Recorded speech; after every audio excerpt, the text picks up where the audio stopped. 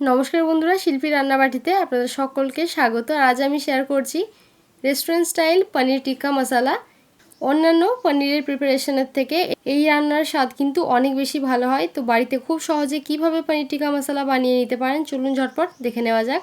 আর আমার চ্যানেলে নতুন বন্ধু হয়ে থাকলে চ্যানেলটাকে সাবস্ক্রাইব করার অনুরোধ রইল। পনির টিক্কা মশলা বানানোর জন্য এখানে আমি নিয়ে নিয়েছি একটা বড় সাইজের টমেটোটাকে এইভাবে বড় বড় কিউব করে কেটে নিয়েছি।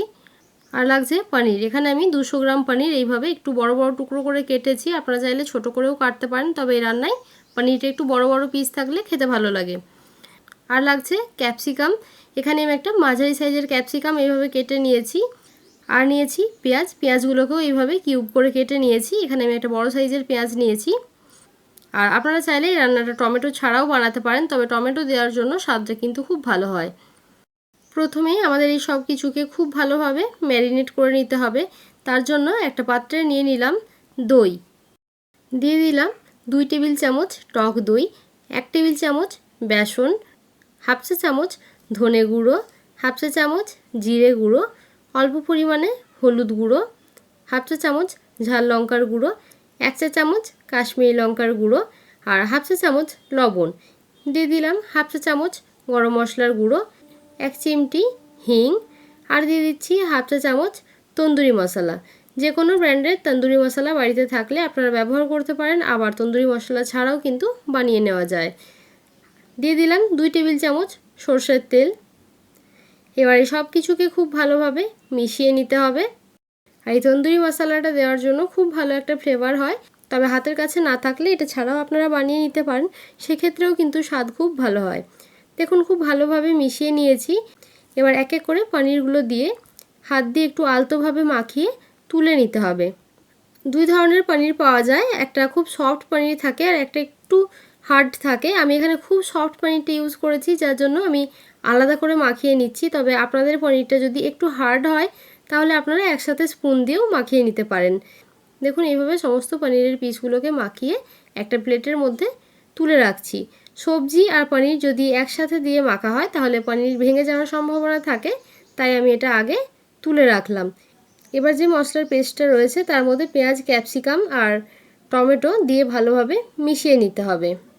খুব ভালোভাবে মিশিয়ে নিয়েছি। এবার এই বাটির মধ্যে পনিরটা দিয়ে দিচ্ছি আর এটাকে রেস্ট করতে রেখে দেবো 30 মিনিটের জন্য ফ্রিজে। অবশ্যই একটা ঢাকা দিয়ে 30 মিনিট ফ্রিজে রেখে দেবেন। আর অবশ্যই এই রান্নায় কিন্তু সরষের তেল ব্যবহার করতে হবে। ম্যারিনেট করার সময়ও বা রান্না করার সময় টিক্কা মশলা সরষের তেলেই ভালো হয়।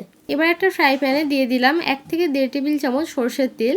তেল ভালোভাবে গরম হয়ে গেছে, এবার একটু এইভাবে স্প্রেড করে দিলাম। দিয়ে দিলাম হাফ চা চামচ জোয়ান। ফোড়নে জোয়ান ব্যবহার করার জন্য স্বাদ ভীষণ ভালো হয়, তবে জোয়ান না থাকলে আপনারা জিরে ব্যবহার করতে পারেন। ফোড়নটা কয়েক সেকেন্ডের জন্য একটু নাড়াচাড়া করে ভেজে নিলাম। আর এতক্ষণে আমাদের এই ম্যারিনেট করে রাখা পনিরটা 30 মিনিট হয়ে গেছে। এবার এই পনির আর সবজি একসাথে প্যানের মধ্যে দিয়ে দিচ্ছি। এবার 10 মিনিটের জন্য উল্টে পাল্টে ভালোভাবে মিডিয়াম ফ্লেমে সেঁকে নিতে হবে। তবে লক্ষ্য রাখবেন যাতে কোনোভাবে পুড়ে না যায়। আর কড়াই বা ফ্রাই প্যান খুব ভালোভাবে গরম হওয়ার পরই কিন্তু পনিরটা দেবেন, না হলে কিন্তু কড়াইতে বা তাওয়াতে লেগে যেতে পারে।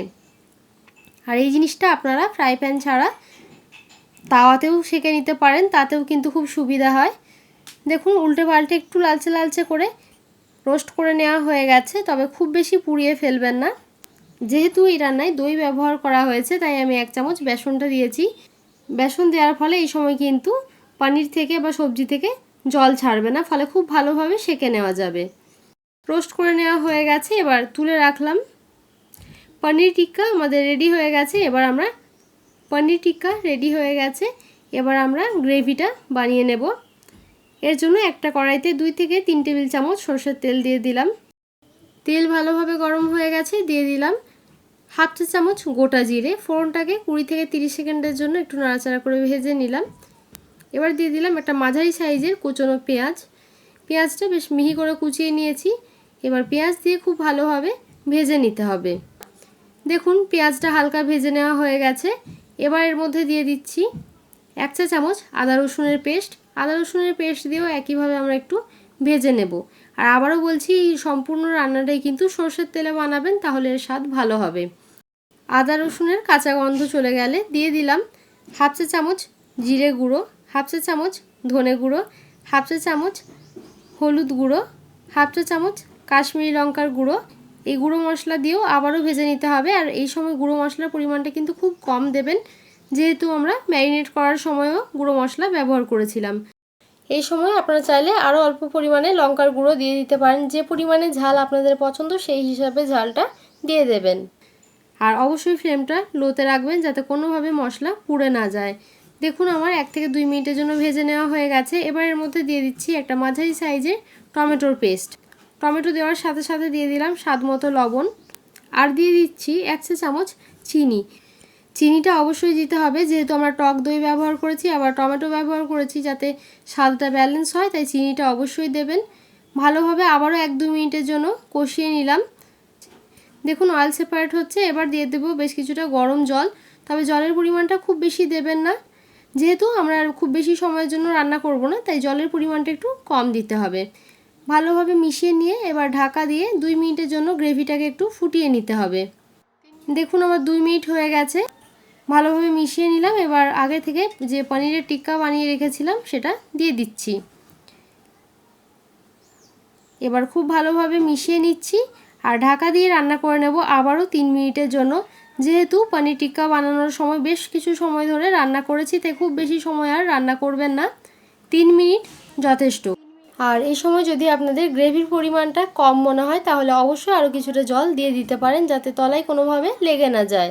ক্যাপসিকামও নরম হয়ে গেলে খেতে ভালো লাগবে না। দেখুন আমার এখানে 3 মিনিট হয়ে গেছে। এবার ঢাকা খুলে এর মধ্যে দিয়ে দিচ্ছি 1 চা চামচ কসুরি মেথি, এইভাবে হাত দিয়ে রাব করে দিয়ে দিলাম। আর দিয়ে দিলাম হাফ চা চামচ তন্দুরি মশলা। যদি আপনাদের কাছে তন্দুরি মশলা না থাকে সেক্ষেত্রে হাফ চা চামচ আপনারা গরম মশলার গুঁড়ো দিয়ে দেবেন। এবার খুব ভালোভাবে মিশিয়ে নিচ্ছি। আর এই সময় অবশ্যই চিনি আর লবণের পরিমাণটা একটু চেক করে নেবেন, প্রয়োজন হলে আরও কিছুটা চিনি দিয়ে দিতে পারেন। খুব ভালোভাবে মিশিয়ে নিলাম আর গ্যাসের ফ্লেমটা অফ করে দিয়েছি।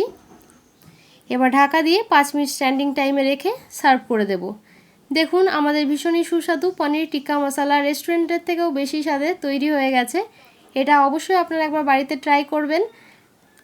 আর যদি ভালো লেগে থাকে একটা লাইক করবেন আর চ্যানেলটাকে সাবস্ক্রাইব করার অনুরোধ রইল। আরও এই ধরনের নিত্য নতুন রেসিপি পাওয়ার জন্য।